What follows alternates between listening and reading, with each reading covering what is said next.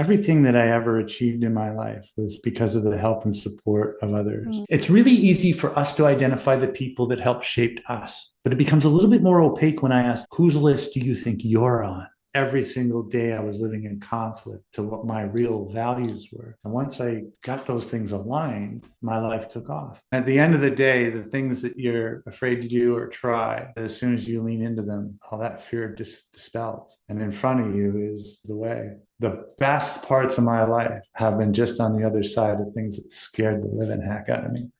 Hello and welcome to the Differentiation podcast. My name is Michèle Sorgaroli and I am your host today. And I have the incredible honor of introducing Joe Roberts. Now, Joe's story is both touching and extraordinary, but what really stands out to me is his integrity. At age 22, Joe was homeless and living on the downtown east side of Vancouver. And in only 12 years, he had totally rebuilt his life. Since then, whether he's pushing a shopping cart 9,000 kilometers across Canada for charity, or whether he's receiving and being recognized for the Meritorious Service Medal from the Governor General of Canada, Joe consistently chooses purpose. Today, he taps into his life experiences to help organizations strengthen resilience, mental health, and human leadership in ways that are both lasting and deeply impactful. And I'm very much looking forward to today's conversation. Thank you, Joe, for joining us. Thanks for having me. This is a treat. So you're well known online with a very large online presence, and your sort of tagline, if you will, is the Skid Row CEO. I'm curious about that because, your work is all about helping people tap into their own solutions, not prescriptive ones, I think you've mentioned before, not prescriptive solutions, but their own unique, authentic solutions for their potential. Thinking about your past story and who you've become, I know you met someone named Gus, I think it was, and I'm that seemed like a pivotal moment for you at a time in your journey when you were on the still homeless on the downtown east side. Can you tell us a little bit about that meeting with Gus, rather? Yeah, I think to contextualize it, when you hear the bio introduction, it sounds like, wow. But the truth Mm, is that everything that I ever achieved in my life was because of the help and support of others. mm, There was a moment in my life when I was really vulnerable. I was that dirty, disheveled street kid in downtown Vancouver pushing a shopping cart, collecting cans to support drug dependency. And one day I sat down on a bus stop in front of the Army and Navy on Hastings, mm, and beside me was this older gentleman, and he had a fedora. I'll never forget the hat and the little feather in it. And mm. he got to know my name, and the only reason I was in that bus stop is I was trying to stay dry. I was trying to stay out of the weather. And the fellow's name was Gus. And I remember after about 5 or 6 minutes, he looked at me and he said, Joe, he says, you're a remarkable young man. He says, if you could deal with your homelessness and your addiction, um, you could go out into the world and you could do something extraordinary with your life. He said, Joe, there's more to you than you can see. And for the first time in my life, someone other than my mom or my dad spoke to my possibility, Mhm. a possibility that was really hard to see. In that moment, I was, had dirty black fingernails, scruffy hair. But in his leadership capacity, in that short 10, 12-minute Mhm. conversation, he spoke to the thing that's inside every single human being, and that is the ability to transform and change and become so much more than our circumstances in our past. And that was just a peak. Yeah, And just it a wasn't peek. until, honestly, it wasn't until a decade later Oh, wow. that I leaned back and I looked around and went, ooh, he was right. Interesting. So you said you were at a really vulnerable place in your life at that time. When you look back, were you able to hear him when he spoke to you and said those words? A little bit. but it's widened. Yeah. It's become a mantra. It's become probably the center point of every talk I give, and it's not just what I do on stage as a keynote speaker. It's how I live my life. This isn't just IP. This is a sort of a doctrine that I live by. But no, I didn't understand it. And one of the things when I talk to leaders is I ask them is like, how many 10-minute conversations do you have in the course of a day, a week, a month, a year, a career? How many conversations do we have with our children, to the barista at Starbucks, to the people that we lead? And we don't often think about the impact those conversations can have. I do this workshop thing where I ask people to think about the 5 people that had the most impact on them. For sales manager, was it a someone of faith? Was it their mom, sometimes mom and dad, a hockey coach, their music teacher, right? It's really easy for us to identify the people that helped shape us. But it becomes a little bit more opaque when I ask the question, whose list do you think you're on? Right. But you are. We all are. And that's the unseen impact that we have as we're all sort of interconnected in this little dance. And coming back to that moment, you didn't really hear him. And as you've alluded to, and we've all had, whether it's our parents or our teachers or people are saying you've got so much possibility, and very often we can't hear them, or we don't hear them, or we don't necessarily believe them because they're our parents. You have to say that. So someone who's a stranger, and what you said here in the story, you said he looked you in the eye. And I got shivers in that moment because I felt in that moment that you felt like he saw you. Yeah. There were 3 things, and I've had over 35 years to think about this. And one of the reasons I talk about this often is that I never got to go back and thank him. But there was 3 things that happened in that short conversation. One is Gus spoke to my possibilities. So he encouraged me. He saw something in me, and he said it out loud, and he pointed me towards something that was maybe in my blind spot. The second thing he did is he challenged me. He had some things to say to me that weren't particularly easy to hear, but they were parsed in love and empathy and compassion. And the third thing, absolutely what you said, is he acknowledged me. He created space where I felt seen and heard. I mean, one of the first things he did is ask me my name. When you're unhoused, one of the things you don't get called is your name. Right. You're a number. You're pretty much in, you feel that sense of invisibility. People ask me all the time, Joe, when I meet somebody, should I give them money? Should I give them a sandwich? Ask somebody their name, talk to them for a minute if you feel safe. Engage. That meant more to me in that interaction with Gus than if he would have given me $5. So as you've reflected on who Gus was, he spoke to your possibility, he challenged you, and you nuanced that with love and compassion. And he also created space, and particularly by saying your name, you just felt seen. I'm curious about who was Joe at that time, and what allowed you to access this as such a powerful memory so many years later? Who were you being in that moment? Who was I being in that moment? Yeah. So he spoke to your possibility. He challenged you with love and compassion. He gave you space. But who were you on that bench that day? I was kind of confused, lost. But I think I was open enough for the seed to land and germinate, because it was also at a period in my life where I was approaching a change and transformation.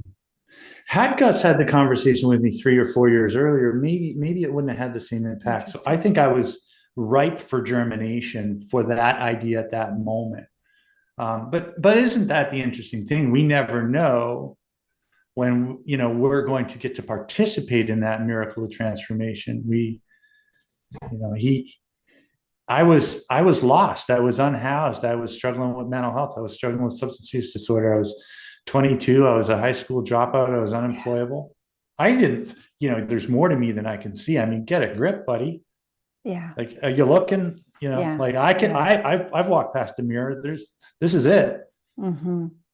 But you were open, and that's an interesting piece in all of this, isn't it? It's about somehow allowing for that seed to get planted. And like you said, a few years earlier, you might not have heard. I don't think I ever gave up. I've met people and you can tell they give up. And I don't think I ever gave up. As dire as it got, I knew there was more to life. I just wasn't able to get there on my own. And were you the same as a little boy, as a young, 5-year-old, 7-year-old, as a young man who didn't give up and knew there was more to life? Was that part of who you were then, before? No, there was lots of layers and trauma and different things that happened along the way that put me in that position. So, when you look at the world and the business today and all the stuff going on, we've got war, we've got uncertainty with weather, we've got politics and tariffs. And my life for a long time, if you would have met me in that period, it replicated a lot of the emotion that many people are feeling today. I dealt with uncertainty. I had lots of problems that didn't have solutions. I didn't know what tomorrow or next week or next month was going to look like. I'd go to bed with the hamster wheel not being able to shut off and have to wake up the next day and face problems that didn't have solutions. And I had to somehow move forward. And so there was a lot of confusion, a lot of uncertainty, a lot of fear, a lot of anxiety. And I used alcohol and drugs to sort of quiet the fear and uncertainty. That was my coping mechanism. But circumstances aside, it's not different than what a lot of people are navigating today. And I sort of recognize that as someone who is sort of a deep empath. Pre-COVID, I would do a keynote and about 40% of the room would go, they would identify. And now it's 95% of the room because of all of the stuff that's transpired over the last 5 years. So people's life experiences are bringing up emotions that maybe they hadn't experienced in the past. Is that what I'm hearing? I think we're navigating more stuff than ever. And that's why we see a spike in consumption, a spike in mental health, a spike in anxiety. It's why people are a little bit more bitey on social media and traffic. Like, there's just this rise of incivility and division and people aren't at peace, right? And rightly so. Human beings don't do well with uncertainty. We don't do well with flying on instrument. We like to know sort of what the potential outcome will be. Right. Exactly. And we don't have that information. It becomes, on top of everything else that we've got at home with sick parents and relationships and the kids and the grandkids. So there's a lot. Yeah, there is a lot. You talked about being vulnerable, I'm going to go back there just for a second, because you were vulnerable. You had someone who came in and saw your possibility and challenged you, encouraged you, gave you space. And you talked about coping mechanisms. And then, 12 years later, from what I understand from your story, you had rebuilt and you have now been on a different path. I'm curious about, you spoke to coping mechanisms, because right now, so many people are struggling. What are the coping mechanisms that you're leaning into today that are different from at that time? Yeah. When human beings are dealing with stuff, when I was dealing with stuff, my go-tos, I learned at a very young age. I started consuming drugs when I was 9. Oh, wow, that's young. And you think about that. I have a 22-year-old daughter, and it's like, But there was this, and what happened in that moment is I felt safe for the first time. When we don't feel safe, when we've got a lot going on, it's a really normal human thing to look for some pressure valve, Yeah. something. And oftentimes our go-tos are, eating, drinking, drug consumption, death scrolling on social media, worry spirals, fear. But I've learned that there's sort of there's a flip side to that. There can also be really healthy coping mechanisms. Today, I meditate. I try to find time in the morning to do some mindfulness. I exercise. I think it's imperative for exercise to me is probably one of the biggest tools that I use to balance my wellness and mental health. I have support. I have group. There's, and then there's things in the relationships, things in the family. Right. So I've got a good basket of things. Do I still sort of drift over to the other side? Yeah, I do. From time to time, I'll catch myself overeating or staying up too late, watching Netflix, at 3 a.m, watching the third season of The Crown. It's not even that good. But why do we do that? Why do we do that? Because it allows us to detach. Mm. It's why I can watch 7 hours of football on a Sunday. Mm-hmm. I don't like football that much, but Mm-hmm. it just gives me a way to defrag, right? To decompress, if you will. I think that's a big one, isn't it? To decompress. And the greater the pressure, the more the decompression activity, if you will, for lack of better language, has to be, the more the decompression exercise needs to be, because there's more pressure to release. And it needs to be, and it needs to be intentional. Mm. And then we need to do it before we're in the red zone. A lot of the what's the red zone when you say that? What are you referring to? Well, we have an energy ecosystem. And when we allow ourselves to get stressed out or burnt out, we find ourselves at the bottom of a continuum. So think of this as, I teach a course on energy health management, but think of 5 sections on a sliding scale that we move up and down depending on the day, week, and month. If we're taking action when we're at the bottom in 1, as opposed to taking action in 2 or 3, it's easier for us to maintain a balance when we add more recovery, more balance, more decompression in a stage 2 or 3 than if we wait till we're in sort of triage or crisis. Right. And we see these sort of memes on social all the time. You don't want to wait till you're da-da-da before you da-da-da. Mm-hmm. That's the idea. But how do you get into the rolling habit of that? And there's a couple of ways. There's accountability. There's intentionally adding small activities into your world. Yeah. Yeah. Being in sobriety has helped me balance the business stuff because those tools translate or transfer over. Mm-hmm. Well, there's what I'm hearing loud and clear is that there's an intentionality as opposed to a drifting, right? Or a thoughtless, for lack of better language, a thoughtless response. Or sort of a knee-jerk crisis response. Right. Because if I'm down in a stage 1, where if I'm feeling burnout or struggling with my wellness, my mental health, my sleep's off, my food's off, my exercise has dropped. If I'm in that mode, it's going to take me a little bit more effort to get back, to get back in the middle again. Right. It takes more energy to get the plane up off the ground than to keep it flying. Yeah. And so I'm constantly trying to sort of monitor where am I at today. And then when I do find myself sort of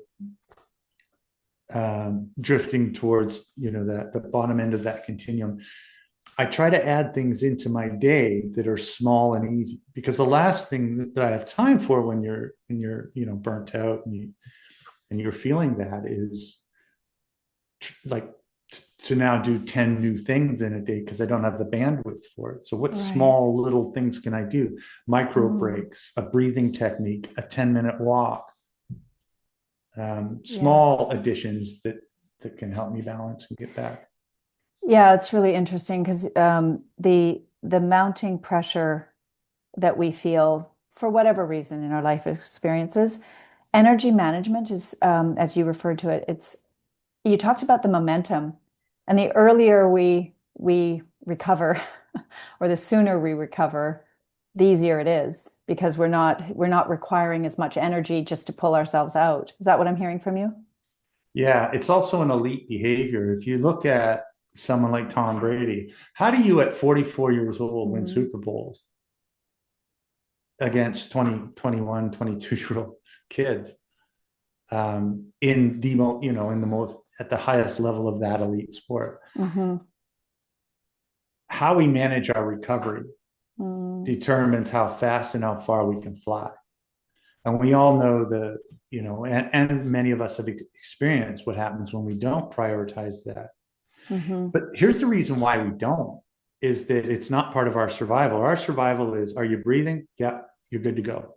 And so what we'll do is we will always drive off that cliff, because back here in that old part of our brain, we see self-care, wellness, balance as not necessary for our survival. So it gets tuned out. What we do erroneously, though, is we beat ourselves up for it. But it's the software. It's not us. It's not willpower. The software says, don't prioritize that. You've got work to do. To tell somebody to take a micro break or take a 10-minute walk when they got 130 emails that are unanswered and a report due at 8 o'clock tomorrow morning. Take a walk. But that additional recovery in your day will actually give you more bandwidth over the long run. Right. Pro athletes know this. If you don't do that, you're going to blow out your knee, or you're going to blow out your Achilles. Right. Or you're going to, because physically that they know physically we have the physical experience of that if we don't rest, right? The body will tell us, but in a work environment, it's less overt. Yeah, I trained and finished a full Ironman in 2020. And you would never think of riding, a 100K bike on Sunday and then do it again on Monday, Tuesday, and Wednesday. Right. You would never think of going for a long 30K run. Remarkable. And then doing it Monday, Tuesday, Wednesday, Thursday. But I wonder how many people listening to this, that's actually their cadence. And they wonder why when they get into Christmas, the holiday break, they get sick or they just collapse into vacation. And it takes 4 or 5 days just to kind of get back to. Exactly, to stability. It's interesting you called it an elite behavior, which what I'm hearing is, again, that the behavior itself, it creates elite performance. Is that what I heard when you said elite behavior? It does, but it also takes the discipline and the intentionality to put this into your work, because it doesn't feel like you necessarily need it. Last year, I spoke to 7 CEO markets in the US through Vistage, and it's amazing. I'll meet these incredible people that are, some of them running $500 million companies. And then you get into the conversation of exercise and fitness and wellness. And I would say like 70% of the room, they're dialed into this stuff. They know. Because the other thing too is you go out and you become successful. Now you've got money, box ticked. Now let's talk about longevity of life. It's like now you're successful and you're in your, late 40s, 50s, 60s. Now you start looking at the runway and you're going like, oh. Yeah. Yeah. So let's talk about you. When you moved, when you cleaned up, if you will, and got through that part of your journey, and then you had a period where you were growing. And tell us a little bit about what happened between when you recovered from your addictions and then because you moved into the business world at that point, right? Yeah. Thanks to Mom, I went back to Ontario, entered into a full residential treatment program, which led to me going back to community college. I graduated 3.5 years later and then decided to come back to Vancouver. My brother lived out here. Okay. And I got my first job in sales. And what was interesting is I had these really finely tuned transferable skill sets that for me made sales and business development really easy. I had really great communication skills. I had a really well-worn neural pathways for problem solving, in that sort of right hemisphere of my brain. and I also had sort of perspective on, and something that was sort of driving me forward. Mm. And so I did really well selling copiers and fax machines. From Hmm. Minolta was my first job. And after a few years, a friend of mine was starting a content development company with websites, video, and I joined him. And over the next couple of years, the timing was perfect. It was the late 1990s. There was this sort of renaissance of digital media. A lot of companies struggling with trying to understand how to navigate the internet. Think of AI today. It's like every senior leadership in every single boardroom. What's the conversation? AI. How do we do AI? How do we do? It was the same thing back then, and so we went along. I think the timing was good, and I was hungry. Yeah. Put our head down, and we built this little company. And after 5 years, I remember coming into the office, and sitting on my desk was a copy of Canadian Business, and I was on the cover of it. Beautiful. I'm curious, just going back, you were in Ontario and you chose to come back to Vancouver. I'm curious about that because I imagine that when we go back to our place of pain, as I might think of Vancouver might have been for you because you had a different life in Vancouver. How was that returning back to? Yeah, it was tough, but I mean, have you seen the winter in Ontario? Was that a big inspiration for you? Well, kind You of know, was. what kind of drew you out here? Because I think you were facing, I would imagine you were facing some, facing some real truths about yourself by coming back to Vancouver after having left. Trepidation would be the word I would use. But I came back, and two things. I had my brother's house to land in, so I had somewhat of a safety net. I was very plugged into the recovery community, so I had a place to connect with as soon as I got here.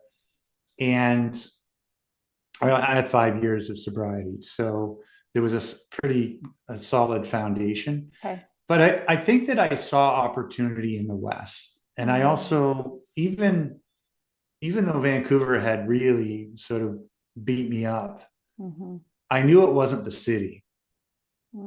I knew it was, And so I kind of wanted to come out here. I'd always wanted to live in the West Coast. I love the mountains. I love the lifestyle. And so I took a risk. Yeah. But I also think that in many ways, Ontario's chapter in my life was closed. I finished college. I didn't really have anything there for me. And I always joke to say it was the weather, but I don't think it was. I think it was, trading the cocoon for wings. Oh, there's the opportunity again. Yeah. Trading the cocoon for wings. Yeah. Interesting. The cocoon feels safe and the wings are possibility and potential, right? And transformation. Yeah. Right. Beautiful.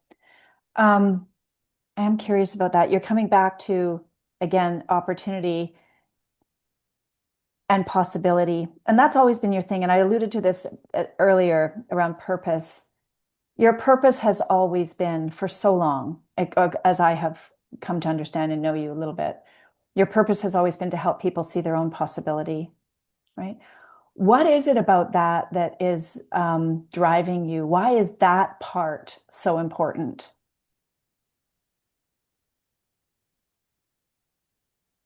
I think that we all want to make a difference in some way. And maybe that has to do with the ego connection to I matter or significance, which is something that human beings chase. But I think that on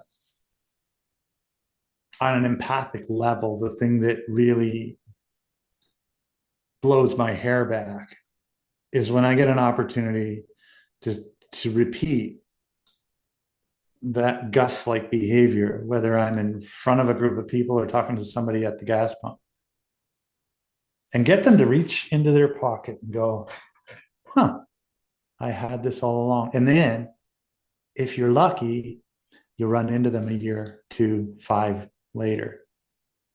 and they say something like, you don't remember me, but I was in your audience for that financial conference or for that management thing, and I listened to what you said, and I'm in a different place today. I want to thank you for that spark. Mm. To me, that I find that to be deeply rewarding work. And that's all I want to do. It's like once I found that, I haven't needed to go to work to pay bills for a long time. To me, this is a choice, like to put up with the airport cancellations and the not so nice hotel rooms and the poor sleep and the terrible food. I will do that all day long if you give me a room full of 60, 200, 600 people, because that's all I want to do. Mm-hmm.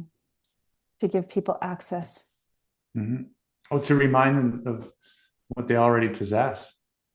And see, the tragedy of life isn't that it ends too soon; it's that we wait too long to begin it because of fear and stories we tell ourselves. Mm-hmm.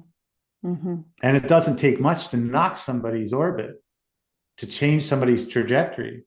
Gus spent 12 minutes with me, 12 minutes, 35 years ago. That story fueled a national campaign, and I've shared that story in one shape or another with over 2 million people. 10 minutes. Mm-hmm. And that's the brush fire that started. We have an enormous, I don't want to say responsibility, privilege every single day to do that. Maybe that's not, other people have different things. For me, that's the thing. Yeah. Well, especially, you said it there that you want to repeat the Gus-like behavior, mm-hmm. because that behavior had such an impact on you. I also think the world needs more kindness. Oh, good heavens, yes. The world needs more encouragement. You're never going to impoverish yourself being a builder of people, to be an encourager of people, and to have tough conversations even with people. You'll never deplete anything. All you'll do is make more. Yeah. And yeah, exactly. Kindness is yeah. You'll never deplete people that way. You talk about resilience and courage, and what's coming up for me is the courage to change, the courage to transform, the courage to do things differently, the courage to follow your path, the courage to believe your truth. What, in your experience, allowed you, or where did your courage come from? Two different places. In the beginning, self-preservation. So Tell it's us, what do you mean by door that? one, pick door number one or door number two. It's to get busy living or get busy dying. I faced an existential threat to my own existence. Right. I had to Mm-hmm. step into it, but then after a while, that sort of fades away. Yeah. And the stickiness of that doesn't keep you to the seat. Right. Then you need to say, okay, what is the carrot that I'm going to dangle that's going to pull behavior forward? We talk and throw around the word resilience and perseverance and determination, courage. The truth is that none of these things feel good. It's true. Resilience doesn't feel good. When you talk to that gold medalist, you talk to the Canadian hockey players, they were resilient as heck. Yeah. But did it, it's like when you're in that place of having to dig deep, having to take action in the face of negative emotion, when you're in mile 25 or 24 of the marathon, it don't feel good. Right.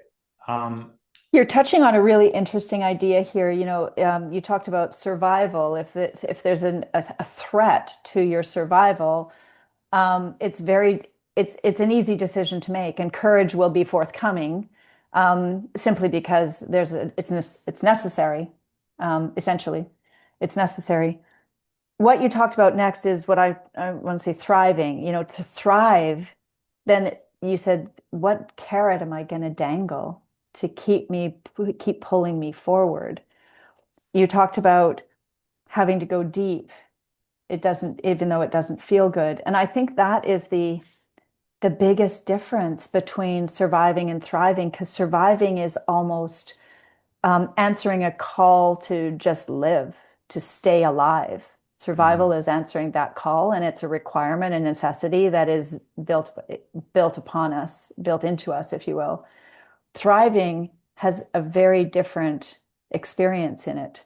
And when I think of thriving, and so many of the conversations I've had in the past, thriving seems to be something that it should be something that feels good. Thriving sounds like it should feel good, don't you think? Whereas it's actually the opposite. When you're thriving, you're digging deep, and you're not necessarily feeling good as you are moving towards something more meaningful. Yeah, Dr. Becky Kennedy, I think her name is. She wrote a book called The Learning Zone. She's a psychologist, and she talks about, you're here and you're trying to get here, and you're in that learning zone. And that learning zone is that you're in the middle. There's no clarity. You're learning. Mm-hmm. It doesn't feel good, but that's the action of resilience. The question is, how do you drive resilient behavior? Survival is a limbic response. It's like jumping out of the way of a car horn, right? It's not going to last long. And that's why you've sort of got to switch that out and move up here into this prefrontal cortex and determine goals, direction, based on things that have deeper meaning for you. So there's a model for high achievement. It's A is the action that we take. Mm-hmm. I is the inspiration or the why, or the driver or the carrot. And R is the acknowledgement that you're going to hit both situational and psychological roadblocks along the way. When you manage those three pieces, you can achieve anything. You can do that full Ironman. You can walk across Canada. Mm-hmm.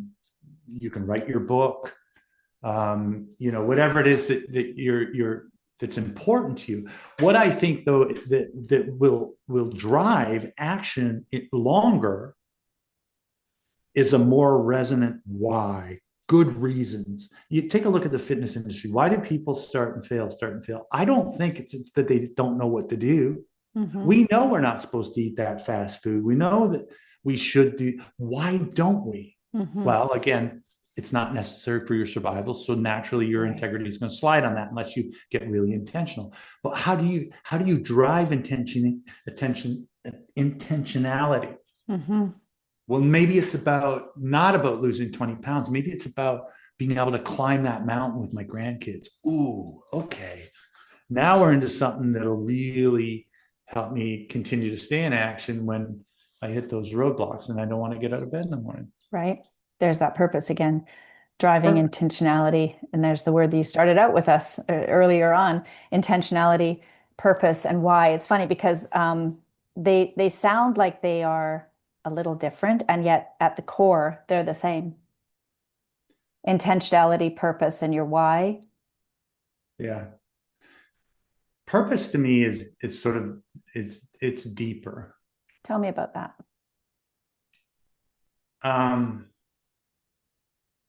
Well, not to sound sort of trite, because we've just sort of overdone it ever since Simon Sinek came out with Find Your Why. Purpose is about the values that drive your life, or whatever project or endeavor you're chasing. I always start with that because, like, I'm turning 60 this year, and I thought, what could I do that would really inspire me and keep me going, and get me out running and riding my bike on days when I don't want to. And so I picked this big audacious goal to do on my birthday in November. There's a list of about 17 reasons why I want to do that. And they have nothing to do with actually accomplishing that goal. They have to do with the byproduct or stuff in the peripheral. So getting really clear on that stuff helps me to drive the action. So intentionality is what I do after I figured out that purpose column. And then I can say, oh, okay, my intentionality this week is to do this, and this to help achieve that, and that. Whereas the reasons I think are a little deeper. And do you see the why and the purpose as Same. nuanced as well? Oh, you see those as the Not same. not too much. In my yeah, it's sort of my interpretation. I don't. I think why Okay. is Simon Sinek did it really well. It is the purpose or driver. But there's also something to say about people don't have to go out and find, the clouds don't have to part for you to find your why. Your why is basically, what are your core values? What's most important to you? What drives your behavior? That's true. I did an exercise 20 years ago where, you go to your funeral and there's a member of each person in your, family, career, community, brother, sister. What do they have to say about you? Whatever they say is very close to a core value for you. Mm-hmm. So I think one of the reasons why I experienced so much misery living in the downtown east side is every single day I was living in conflict to what my real values were. And once I got those things aligned, my life took off. You see this in people in the wrong careers all the time too. Yeah, They're I was thinking miserable exactly because that. They're in they're conflict with their values.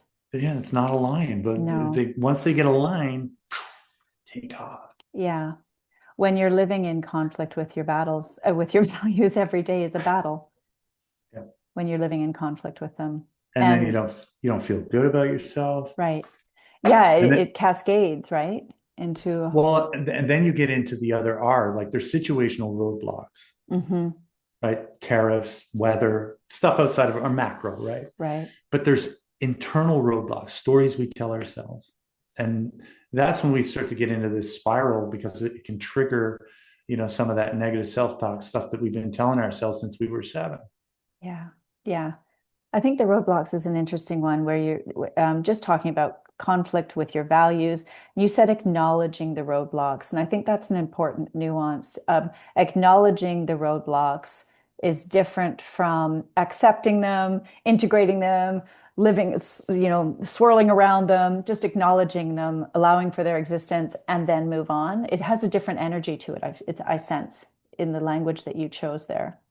Yeah. Elite performers don't hit any less situational and psychological roadblocks as you and I. The difference is they don't stay in it as long. They move forward because they got tools and mechanisms. So the difference between, when I hit an internal roadblock, an old story, I trigger an old tape, negative self-talk. I don't stay stuck in that. What I do is I enter into a good reason why I should take some action right now. And I get up off the bench. Oh, So interesting. one of the guys that championed the walk across Canada was Dr. Sean Richardson, both a friend, co-founder of the Push for Change. And he was in my ear all the time. And he would say, okay, you're feeling that. That's pretty normal and natural. Acknowledge.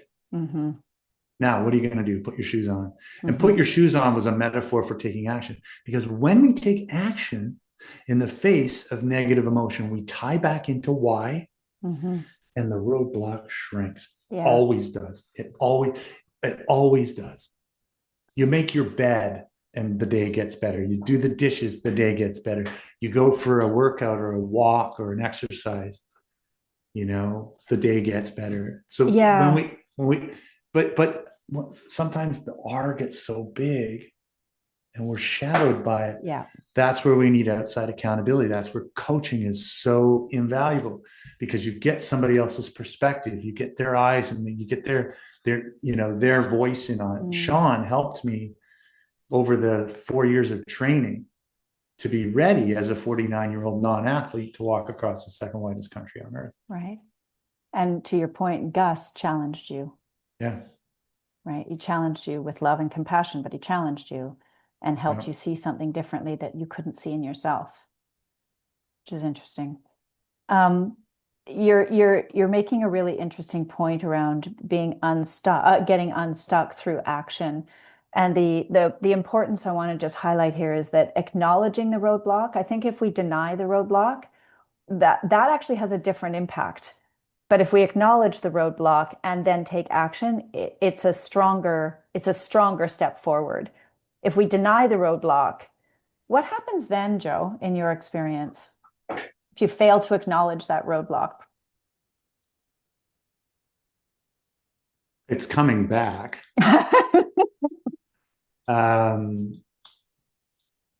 So,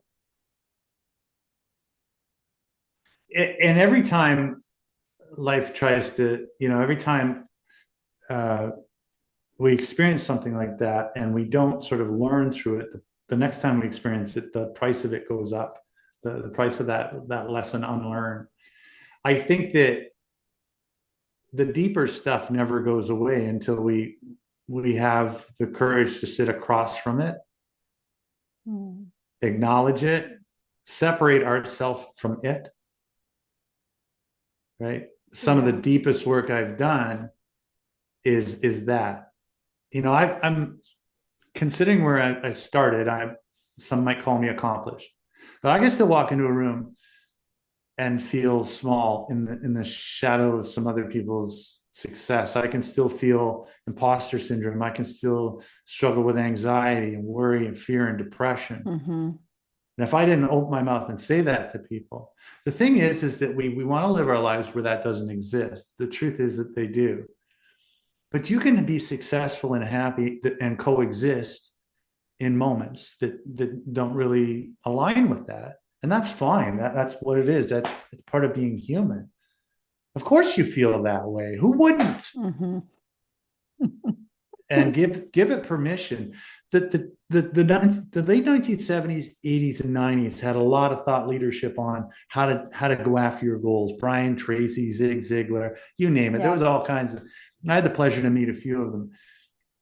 But the modality was choose what you want to do, get busy doing it, and don't stop till you succeed. The problem is it never acknowledged the human stuff. Yeah. And look at the world that we're in today. If we don't acknowledge the human stuff, if leaders don't acknowledge the human stuff, this is things that impact culture, impact workforce, impact turnover, impact billions of dollars to North American businesses. Well, to your, acknowledging, what I heard you even acknowledging was vulnerability. Yeah. Right? Acknowledging your vulnerability, acknowledging that you're human. And, of course you feel that way. This is a big part of in my work with clients when I'm working on differentiation, helping clients take that courageous step to do things differently, not in a prescribed path, to follow their own calling, if you will. What I often hear is there's a resistance, that there's a fear. What if, I hear things like, if I do that, I'll lose clients. If I say that, I'll lose reputation. If that happens, or if I choose that path, something negative will happen, consequences, right? How do you help people overcome those fears to calling and fulfilling what they know to be their truth? I don't know if there's any one specific thing. I don't start at the end. I start at the beginning. I'm a mad fan of Dr. Carol Dweck's work on fixed versus growth mindset. Oh, yes. And 20 years studying kids and unsolvable puzzles. And it's just great. She's got a wonderful TED Talk. I would recommend anyone listening to go and watch that. Carol Dweck. We find our possibility in taking the steps forward. It's not the other way around. And so, sorry, what was the question again? I just lost it. How do you help people overcome their fears to answering the call? Right. So in taking those action steps forward, we discover our own genius along the path.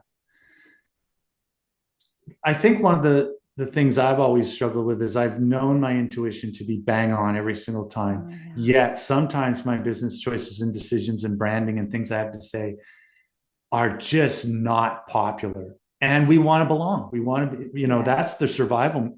I got to be part of the tribe. Yeah. I got to walk and talk like everybody else. Right. And that's deep. And so what that does is it creates attachments and constellations to groups, to family, to conformity. But oftentimes, the people with the greatest ideas, innovation, possibility thinkers were people that were flying completely the opposite direction. Everybody told the Wright brothers, we can't, that'll never happen. That'll never happen. And they went, thanks for sharing. But we're going to continue to work. When I first started speaking, it was 1998 when I first started sharing my story. We didn't use words like mental health advocate. And we didn't talk about substance use disorder or recovery.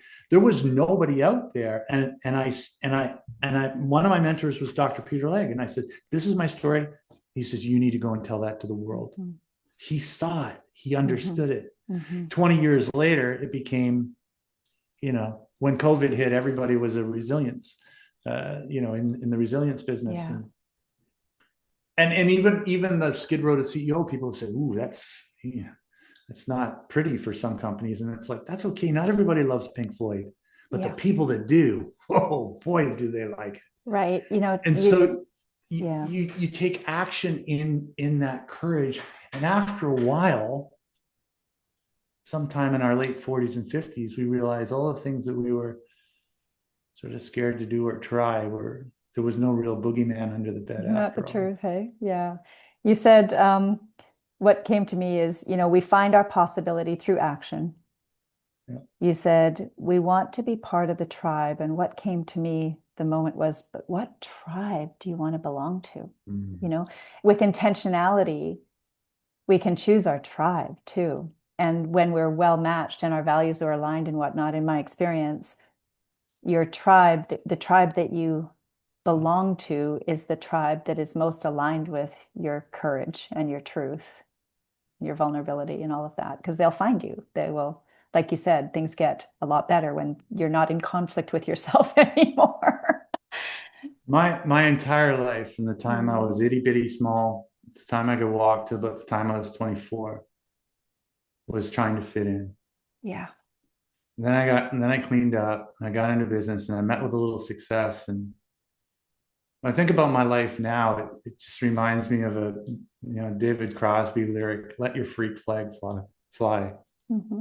And it's like, be you. There's no one else you can be. Right. And at the end of the day, the things that you're afraid to do or try, you'll discover that as soon as you lean into them, all that fear just dispels. And in front of you is the path, is the way. Right. And I'll tell you something, that the best parts of my life have been just on the other side of things that scared the living heck out of me. I mean, what business did I have at 49 years old walking across a country? Fears. There's a picture of me smiling in Newfoundland. And inside my head, I was like, ah. And then the next day, we started. Yeah. And it unfolded exactly as it was supposed to. Yeah. And you are who you are today. And imagine that journey, 9,000 kilometers. How many sneakers was it? 23 pairs, something like that? 23 Is that pairs. Right? Yeah. 23 pairs of sneakers. How many days did it take you, Joe? 17 months, how many days? 517 days. 517 days to walk 9,000 kilometers, right? Yeah. And 23 pairs. One Canadian winter in Northern Ontario for character building. Oh my gosh, a Canadian winter in running shoes, pushing a shopping cart. I can't even imagine. What a journey. Push for change. Your push for change. What change, as we're winding up here, Joe, what change are you pushing for in the next few years ahead? Less. I've said yes to so many things in my 40s and early 50s. Today, I'm saying no to things so that I can say yes to the bigger things, like time with Marie, exercise and health, and doing work that just is like really dialed in on the most important stuff. I chased a lot of different things. Oh, that looks interesting. That looks interesting. And I find that when things narrow, So now I think that it's really about simplifying as I head into the third trimester of my life. Like, do what I love, and I say no more often. Be you. Say no more often. I do. I do. I love it. The most important stuff, if you were to leave us with that wisdom for you, what is the most important stuff for you, Joe? We're not what we think we are. Hmm. We're a pinhole in a fabric of consciousness that a light shines through. And when we set aside our story and set our sails on purposeful work, we pull more of that light through the fabric. Beautiful. Thank you. Beautiful piece of wisdom. For those who would like to follow you and find out more about you, Joe, what's the best place for them to do so? Oh, third season of Cops. Sorry, you can edit that out. I'm on LinkedIn, Joe Roberts. If you type in the Skid Row CEO, I can be found online. The Push for Change Foundation can also be found through ChatGPT or Google search. That's amazing. So you have a foundation as well, where people can contribute to the goodness that you're bringing to the world, should they choose. Beautiful. Well, thank you so much for sharing your wisdom, sharing your journey, sharing your vulnerability with us. So much appreciate you for today. My pleasure. Thank you.